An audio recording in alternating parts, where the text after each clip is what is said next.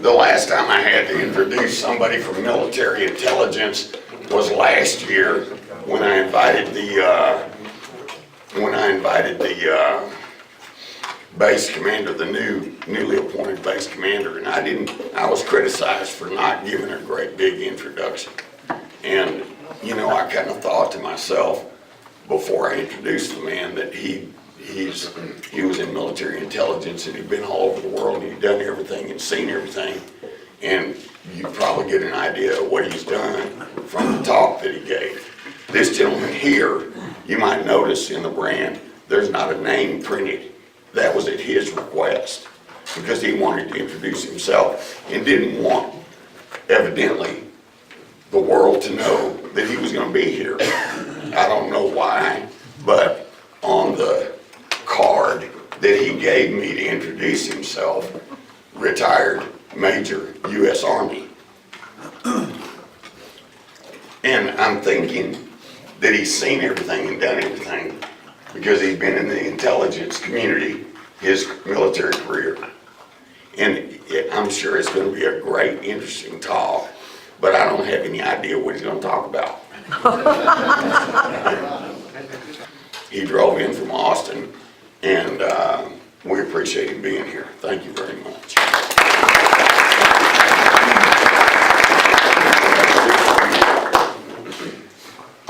Well, I really appreciate being invited here to speak. Oh, here. Don't worry. If you can hear me, that's fine. They can hear me. They can hear me. Are you all right? All right. I'm fine. Yeah. I think some of them may want you to use it. Well, okay, we can put it over here on the corner. Just gotta get the corner. Yeah. Okay. How's that? Here, lay it down right there. How's that? Perfect? Okay, here we go.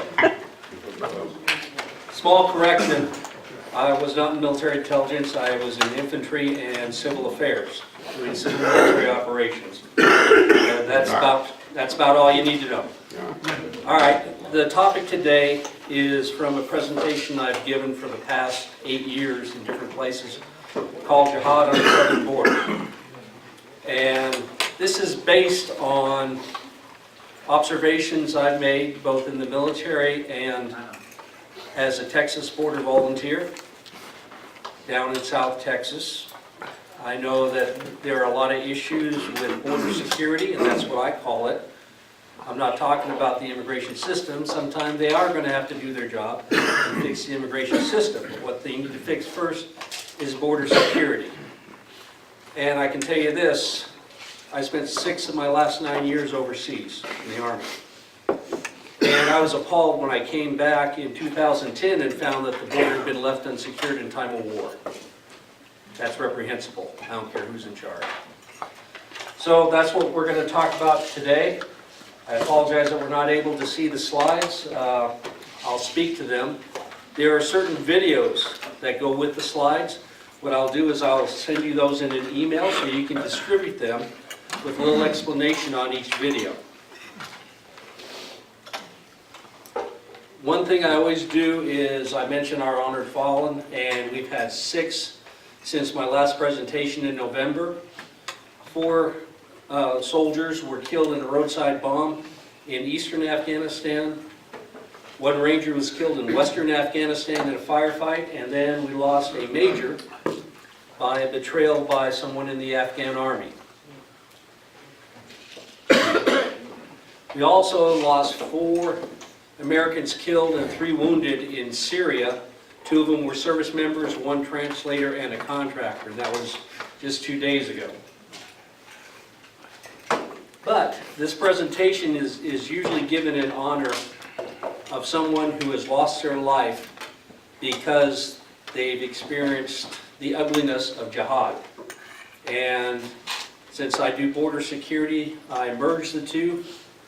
So in honor of Maren of Norway and Louisa of Denmark, who were beheaded by people who pledged themselves to the Islamic State in Morocco a couple weeks ago, and also in honor of Pierre up in Knoxville, Tennessee, who was killed by a drunk driving alien who had an ICE detainer holding him last year, but somehow was released into the general population.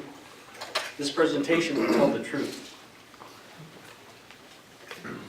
My background, 30-year Army veteran. 8 of my 9 deployments were in Muslim countries. I also did a tour at our embassy in Egypt, and I taught Middle East Studies at the Special Warfare Center. One interesting thing of note is that our assistant instructor, when I went through the course, was Sergeant Ali Muhammad. He's also known as Bin Laden's spy in America. You can get his full story in the National Geographic special Triple Cross, which is on YouTube. Since then, I've been a public speaker for border security and stopping Islamization, been an activist at the Texas legislature, and I'm a Texas border volunteer. Done 50 watches in South Texas, plus on a personal, just as a regular citizen, aided a couple of landowners who were getting overrun with illegal aliens down along the river. What I do at the Capitol is I testify, so I'm gearing up for testifying in this session. So far I testified in criminalizing mail-in voter fraud, expanding the 287G program, which is a program that certifies our peace officers to enforce elements of immigration law, interstate border compact, eradicating the Carrizo cane, which we're trying to do, we being Texas, penalties for sanctuary policies in different cities, American law for American courts, and ending refugee resettlement. That is ending public finance refugee resettlement. And the first video that'll be on the list that you'll receive is just a short 26 seconds of a human trafficking convoy of Chinese women that my partner and I ran up against one dark and stormy night. The challenges that's faced by the Border Patrol every day, over 300 ports of entry, over 6,000 miles of border all around the country. They do that with a little over 21,000 agents. New York City is policed by over 38,000 police officers. They fall under Customs and Border Protection. They have over 63,000 personnel which man the ports, do inspections, things like that. They have over 1,000 in their Air and Marine branch. For this fiscal year, their budget is $16.6 billion if we can get it all passed, but that's what they're hoping to get. To note, the Health and Human Services of our government has a budget of $1.2 trillion. Now, they have 2,500 agents dedicated to inspecting cargo and people that come in through the ports of entry, which generates an income last fiscal year of over $40 billion. So here's an idea. Anybody from a staff or any elected officials here? Here's an idea to take back to them. Let's take the previous year's receipts in all the fees and tariffs that are taken in and make that next year's budget for the Border Patrol to be self-funding. Because the question I'm going to ask Congressman Carter, when I get back to my district, is where's the rest of the money going to? What is so much more important that you're not letting the Border Patrol be, in essence, self-funded? Not giving the money directly, but just the same amount. What we're facing on our borders is asymmetric warfare. And I'm going to read the definition. Warfare in which opposing groups or nations have unequal military resources. The weaker opponent uses unconventional weapons, tactics, such as terrorism, to exploit the vulnerabilities of the enemy. One of the tactics being used against us is to overwhelm our infrastructure with illegal aliens. The threats we're facing that are doing that, what the tactical threat is the foreign population coming over our border, transnational criminal organizations who control the whole Mexican border. I was down in Brownsville along the river, just last week, and looking across through a thermal scope, and lo and behold, heard a grenade go off in the towns on the southern side. One of the videos that I'm sending you is of gunfire being heard from the international bridge from Reynosa into McAllen. Another threat is the Russian mafia. There was a Washington Times article in 2001 delineating the relationship they've had, and it kind of follows the line of logic. The Soviets were always trying to come in through our southern border with things. Well, when we brought capitalism to Russia, they just privatized, and now those KGB are now running Russian mafia gangs. They already have the smuggling lines to Europe and Central Asia intact, so they're using that. And also the Chinese presence. Another of the videos you'll see is from Michael Lynch's movie, They Come to America Too, in which it points out that you'll see 1 of 9 emergency beacons that the Border Patrol have put, that the illegal aliens can push and get immediate assistance so they don't die in the brush country. Well, the languages there are in English, Spanish, and Chinese. Okay, the illegal immigration, just to note some figures to put it in context. This is going to be a long fight. We didn't get here overnight. It took decades to put us in this position. Wasn't what I envisioned my retirement being, but that's what it's going to be for the rest of my life, is trying to get this under control and hopefully stopping it. In Los Angeles, they have 375,000 illegal aliens, and that was from the LA Times. 3 Texas cities are in the top 20 in the country with illegal alien population. Houston, 20% of their population are illegal aliens. And then, of course, there's the rise of the caravans to try and rush our border. Fortunately, we're being able to limit that, but part of the issue is because the Border Patrol stretched so thin that they have to pull agents from other sectors, especially Texas, to deal with that threat in the New Mexico, California area, and that leaves us thinly manned along very well-traveled routes of smuggling. Some of the hidden costs of illegal immigration are the diseases, and I'll send you that slide because it highlights in red the diseases that have been contracted by Border Patrol agents interacting with the illegal alien population from the surge. And of note, in Williamson County, a justice of the peace had 3 of her clerks come down with tuberculosis after having illegal aliens in her courtroom. Taxpayers pay $134.9 billion, and that's for the low estimate of 12.5 million illegal aliens, and the 4.2 million children of illegal aliens.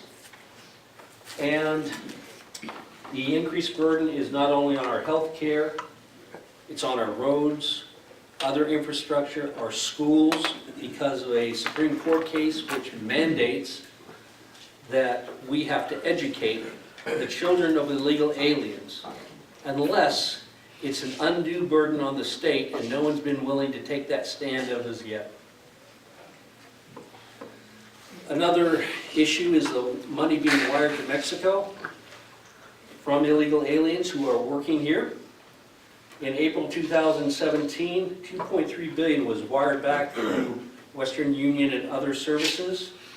In 2016, which was the latest number I could get, $28.5 billion went back there. That's more than they have from their oil industry. And it's not taxed. And a lot of it is going back to the transnational criminal organizations because, unlike drugs, smuggling people is a renewable resource. Hey, I'm here with Granny, and she would really like you to send 2/3 of your paycheck back here this week, so you'll be able to talk to her next week. How it works? Well, they give deals. The Western Union has a special. You can send $100 to Mexico for less than $3. You know, when I transfer money from my credit union to my bank, I pay at least $20. But this is money that's not taxed and is going out of the country, funding organizations that don't like us and do not have our best interests at heart. Violence attacks on Border Patrol are rising. They nearly tripled last year from the previous year. One example is 2 agents who were in the specialty of monitoring sensors.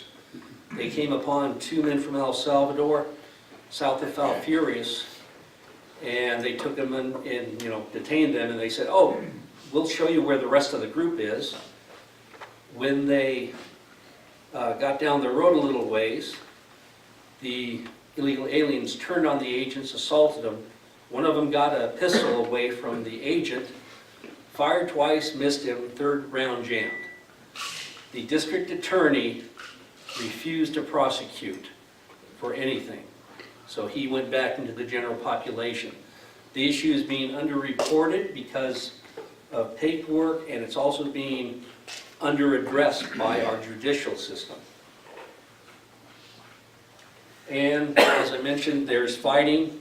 There are grenade attacks almost every week in Mexico by the criminal organizations trying to take control or maintain control.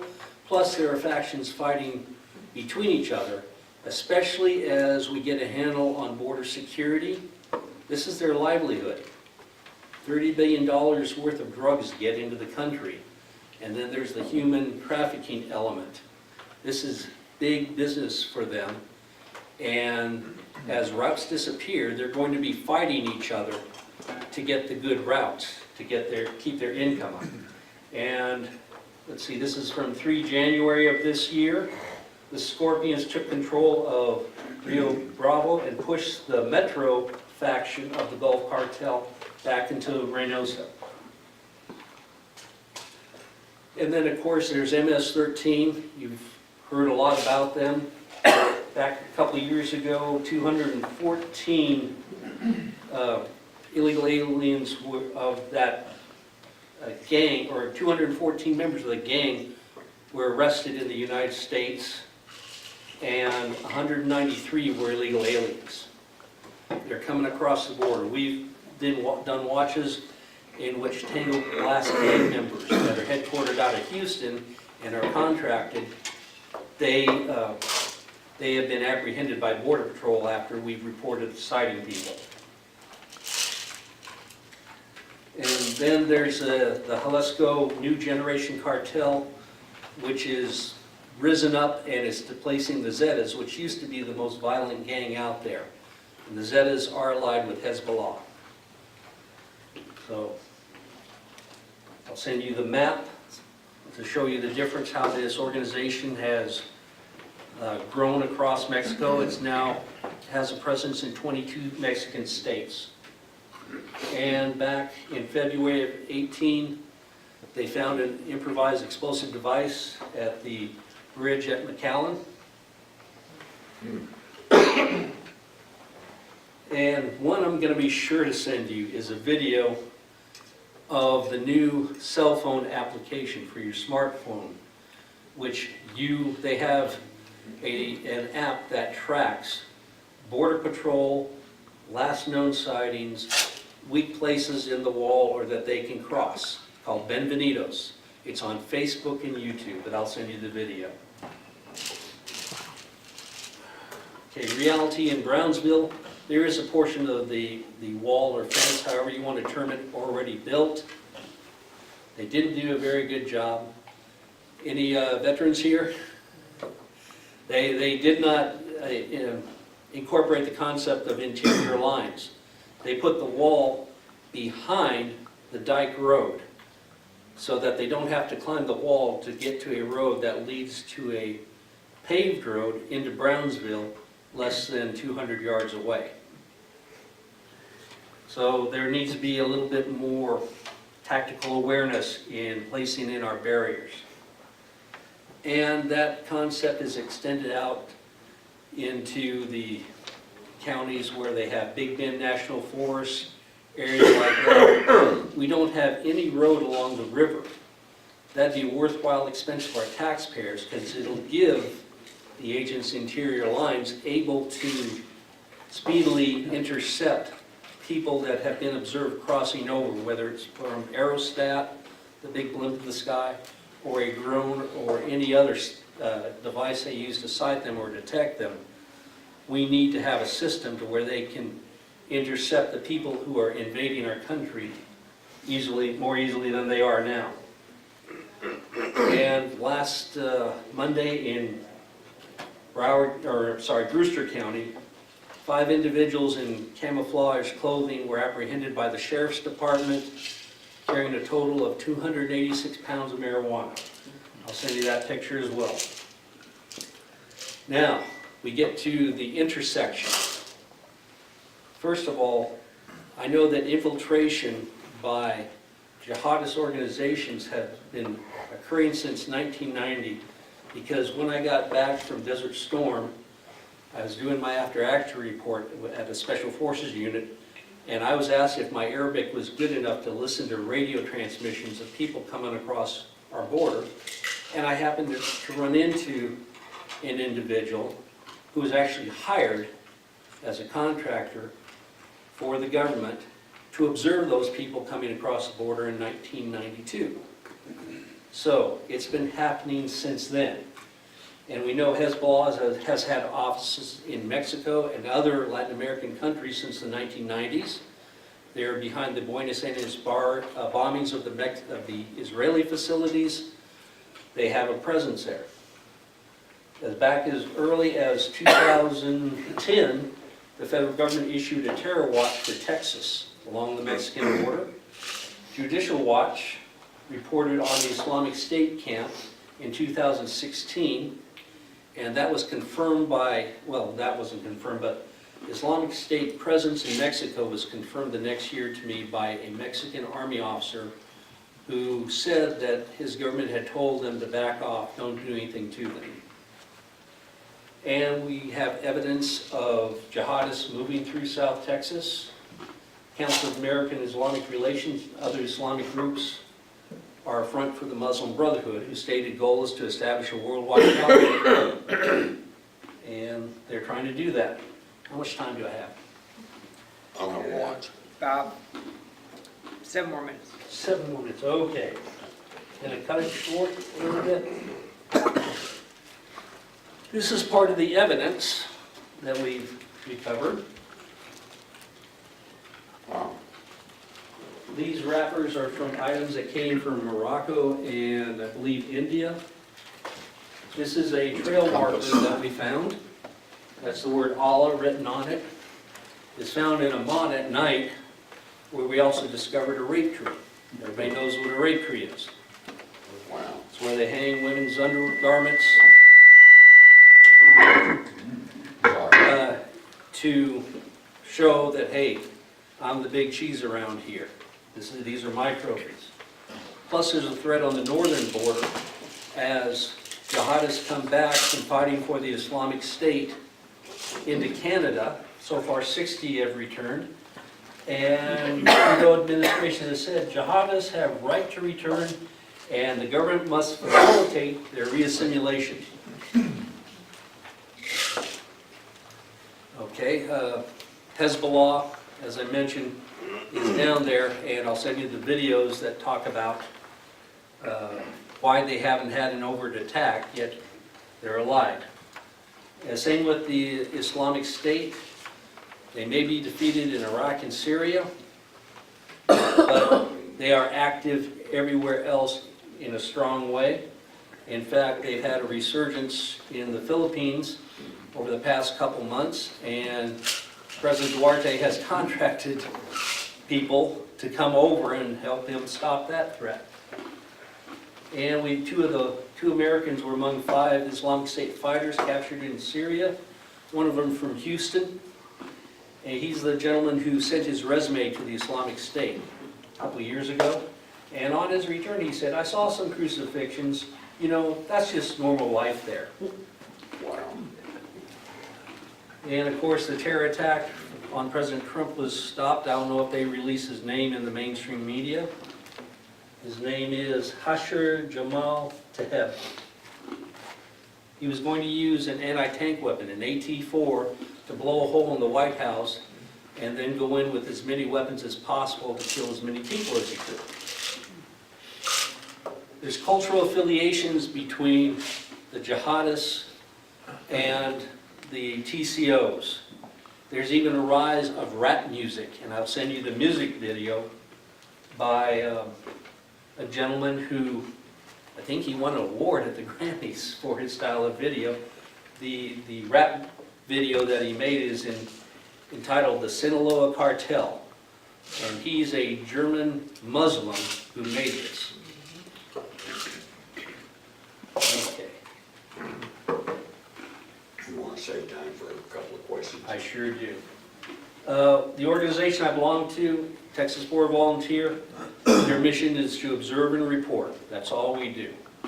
Kind of like the old days, we fund ourselves and go down there, and once we hand off to the Border Patrol, they take over. We have a good working relationship one way, because they don't get involved with private groups, and that's fine as long as they act on the information. And because we have verified sightings, we have a good relationship, because they know when we call something in, it's something we've really seen. It's not a nil guy standing side, profile, so that we think it's a human. We operate mostly in south of Falfurrias in Brooks County. And those, I have a slide of some of the items that were recovered. That's what you have there. A couple of the requests from a supervisor of the Border Patrol that I got the privilege to have lunch with. He needs 150 more agents just for Falfurrias, because it's expanding to 8 lanes north, 8 lanes south on Highway 281, because we no longer have an exemption for corporations bringing trucks in from Mexico. No.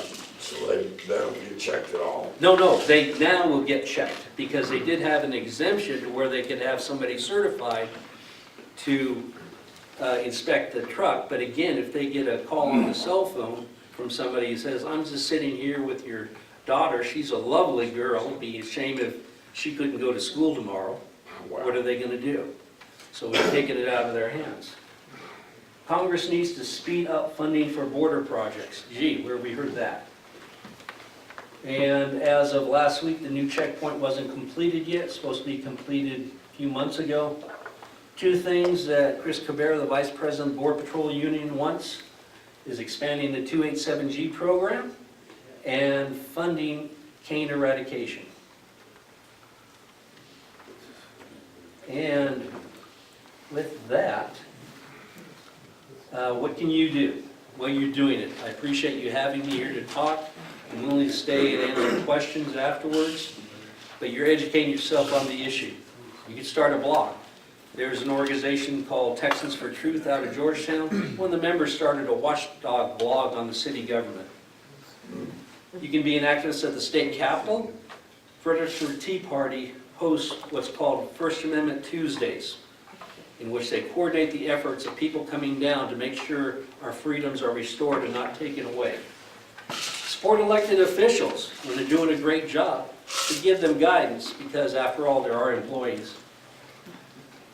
Support internet blogs such as Jihad Watch. There's Borderland Beat of anonymous reporters from Mexico, because if they're known, they're murdered.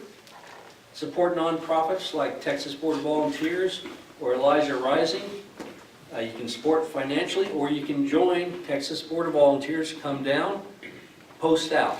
It's not that hard, but you do need a license to carry. We've never had an incident in over the 10 years they've been in existence. No physical confrontation, but you never know, so you have to be armed. And I also know of a 501c3 organization that you can get a tax deduction for any type of contribution you make.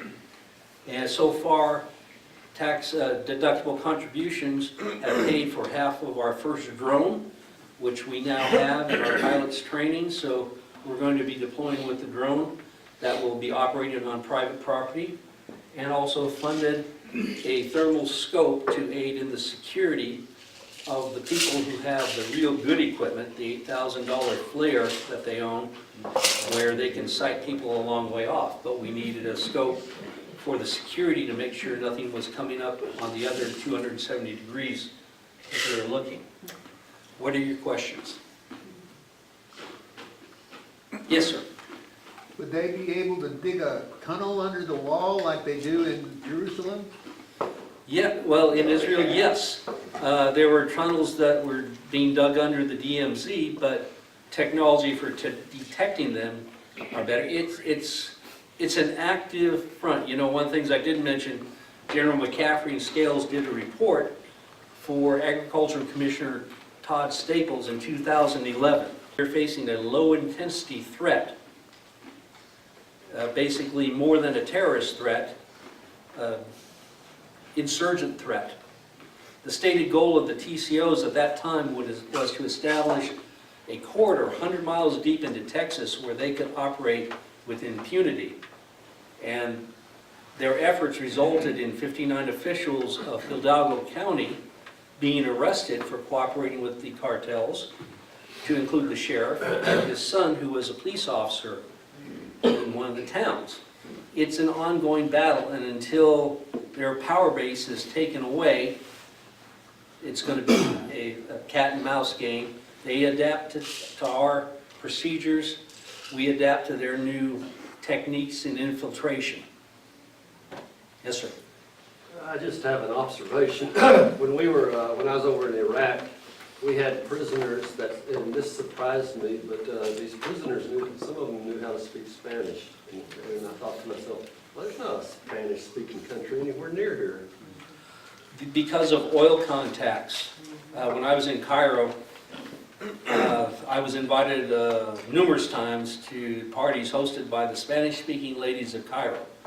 So because of oil contacts with the Middle East, there is a flow of personnel, and that dates back all the way to the 8th century, or 7th century, up into the 15th century when they ruled Spain, when they ruled the Iberian Peninsula. There's a lot of cultural similarities between the two. The Deguela that they sounded at the Alamo was based on a Moorish bugle call. So they have an affinity for certain elements of the culture, and that's what you're seeing in the rap, where now Muslims, their heroes are the Sinaloa cartel. Okay. Yes, sir. I used to have a sale barn at Rio Grande City in Mercedes, and I lived for 13 years, 2.5 miles from that bridge that goes to Reynosa. I know that area very well. My ranchers that brought their cattle to my sale would give a key. Somebody come up to you and say, "I want a key to all your gates." Well, you didn't ask him any questions. You gave him a key because at night they would drive across your place. They didn't bother anything. They locked the gates back, and they were going around that. They were going around that station at this side of Hebronville, and of course Mike Vickers and his group there at Hebron. I mean at Falfurrias did a lot of that, but that's been a lot of years ago, and I never heard of MS-13. But that's an interesting part of the world. It is, and there was an article about prayer rugs being found, and those were in New Mexico. But that one item there is a travel prayer rug container that we found by one of the blue water barrels that the humanitarians of Rio Grande Valley put out for the illegals as they move through the brush country. And behind it, just so happens, this is one of the mail-in voter registration forms that we found in the dirt in 2014 at a location where there was about a group of around 40 illegal aliens that had passed through. They left their tuna pack, trash, empty water bottles, and a couple of these of the dirt. Any other questions? I will try and come back some evening to the town in general, just to expand and give you more information, but I will send the videos and those certain slides. Thank you so much. Thank you. We do want to thank you.